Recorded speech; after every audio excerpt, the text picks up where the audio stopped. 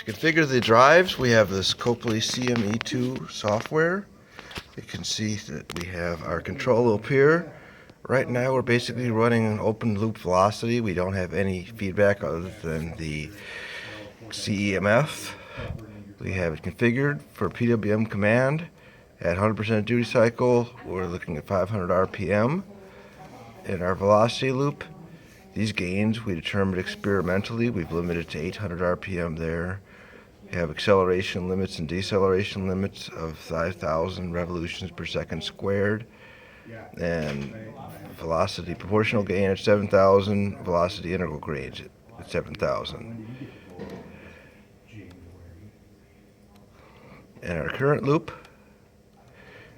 these also were determined experimentally. We've limited our peak current to 20 amps, our continuous current to 10 amps. We're not using any offset. And our I2 squared T time limit is 1 second. We're using a proportional current gain of 2,000 and integral gain of 100. This has a function where we'll tune the drive automatically via auto tune.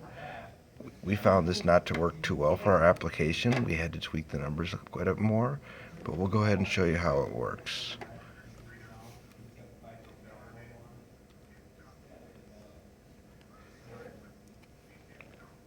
It's going ahead and it's raising up the CP until it goes ahead and hits 0.5 amps. It's going to try and get as steep as a curve it can without overshooting.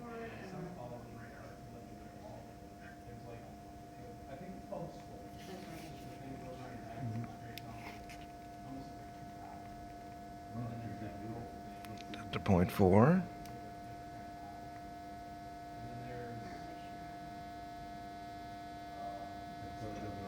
Overshot 0.5 and come back down.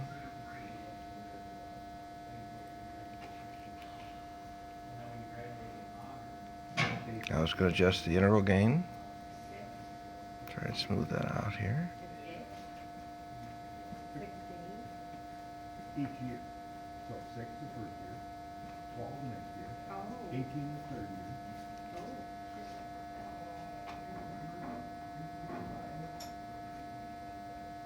And after 6 years, hopefully it's 10 or 15. I was measuring the bandwidth.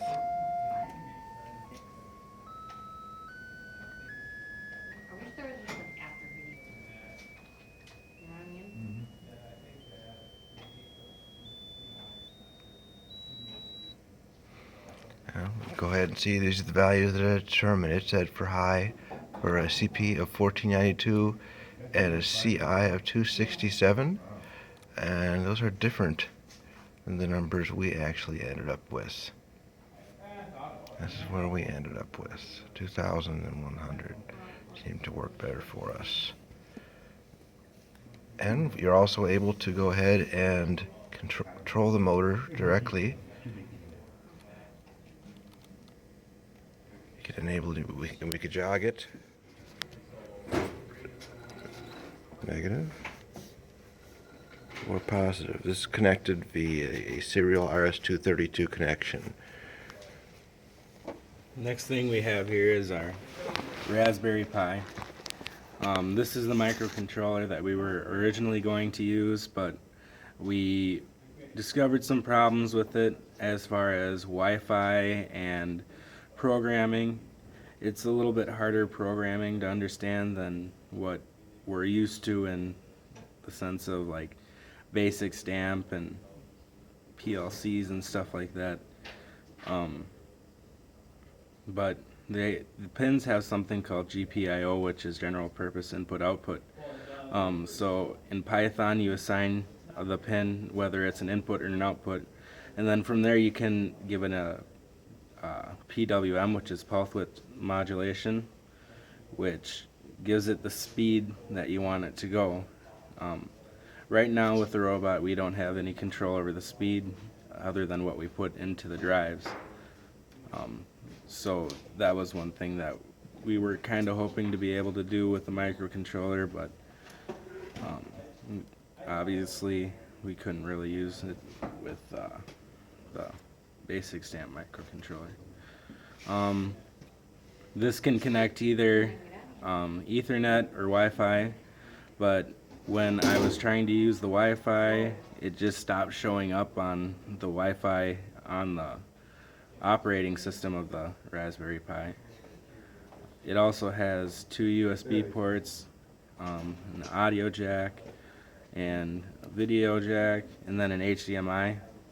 The HDMI is what we ended up having to use because we couldn't really get the video out to really work.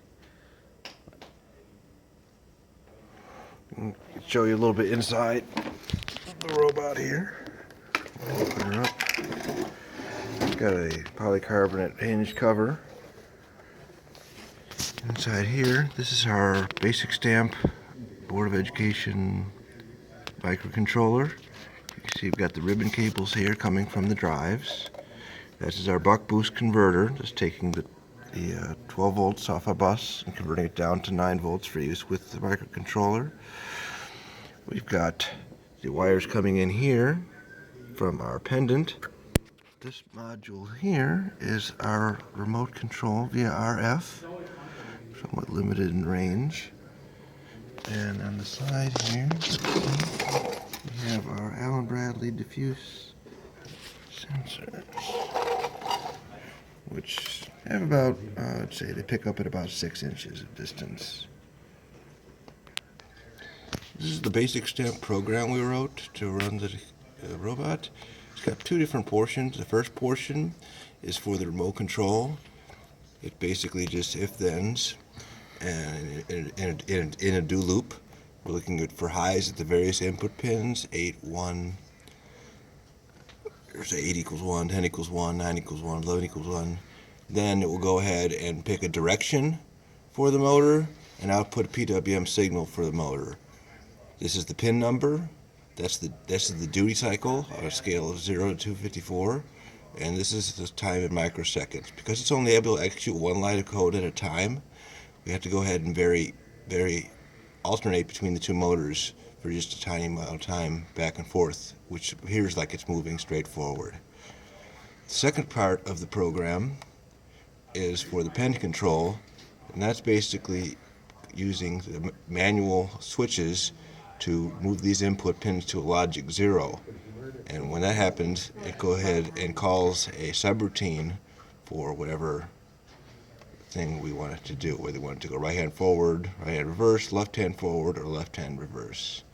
We also have a program in here for when it encounters an obstacle, but we haven't quite finished that part of the program yet.